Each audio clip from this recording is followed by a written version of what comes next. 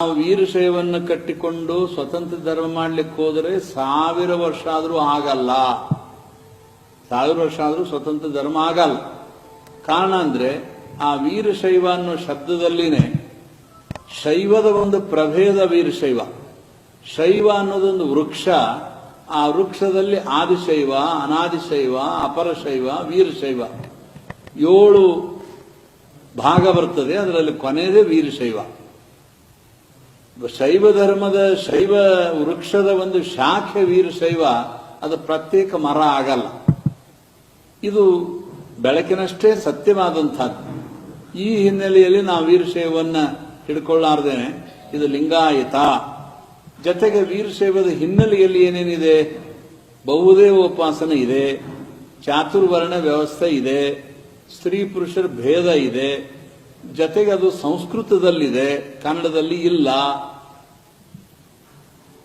ಆ ಹಿನ್ನೆಲೆಯಲ್ಲಿ ನಾವು 12ನೇ ಶತಮಾನದಲ್ಲಿ ಮಹಾತ್ಮ ಬಸವಣ್ಣವರು ಏನು ಕನ್ನಡದಲ್ಲಿನೇ ಈ ಕಾರ್ಯವನ್ನು ಪ್ರಾರಂಭ ಮಾಡಿದ್ರು. ವಚನಗಳ ಮೂಲಕ ಜೇನು ತಟ್ಟೆಗೆ ಹುಳುಗಳು ಬರುವಂತೆ ನಿಮ್ನ ವರ್ಗದ ಜನಗಳು ಬಂದರು. ಅನುಭವ ಮಂಟಪ ಇವತ್ತಿನ ಲೋಕಸಭೆಯ ಮೂಲ ಒಂದು ಕಾನ್ಸೆಪ್ಷನ್ ಅಂದ್ರೆ ಅನುಭವ ಮಂಟಪ. ಆ ಅನುಭವ ಮಂಟಪದ ಅಧ್ಯಕ್ಷರೇ ನಿಮ್ನ ವರ್ಗದವರಿದ್ರು. ಅಲ್ಲಮ ಪ್ರಭುಗಳು ಅವರು ಮದ್ದಳೆ ಬಾರಿಸುವಂತಹ ಜನಾಂಗದವರು. ಆದ್ರೆ ಬಹಳ ದೊಡ್ಡ ಪಂಡಿತರಾಗಿದ್ರು. ಈ ಏನು ವೀರಶೈವ ಅಂತೇನು ನಮ್ಮ ಗುರುವರ್ಗದವರು ಹೇಳ್ತಾರೆ, ಈಗ ಅವ್ರು ಯಾರೂ ಬಸವಣ್ಣನನ್ನು ಗುರು ಅಂತ ಒಪ್ಕೊಳ್ಳಿಕ್ಕೆ ತಯಾರಿಲ್ಲ. ಬಹಳ ಗಂಭೀರವಾದ ವಿಷಯ ಇದು. ಇವತ್ತೇನು ಅವರು ಗುರುಗಳು ಹೇಳ್ತಾರೆ, ಅವರನ್ನು ಗುರು ಅಂತ ಒಪ್ಕೊಳ್ಳಿಕ್ಕೆ ತಯಾರಿಲ್ಲ, ಸಮಾನ ಸ್ಥಾನ ಕೊಡ್ಲಿಕ್ಕೆ ತಯಾರಿಲ್ಲ.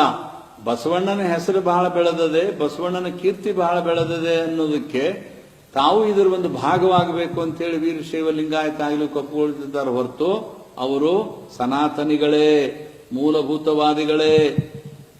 ಈ ಹಿನ್ನೆಲೆಯಲ್ಲಿ ಇವತ್ತು ಕಾಲದ ಬೇಡಿಕೆ, ಕಾಲದ ಬಯಕೆ ಬಸವಣ್ಣ.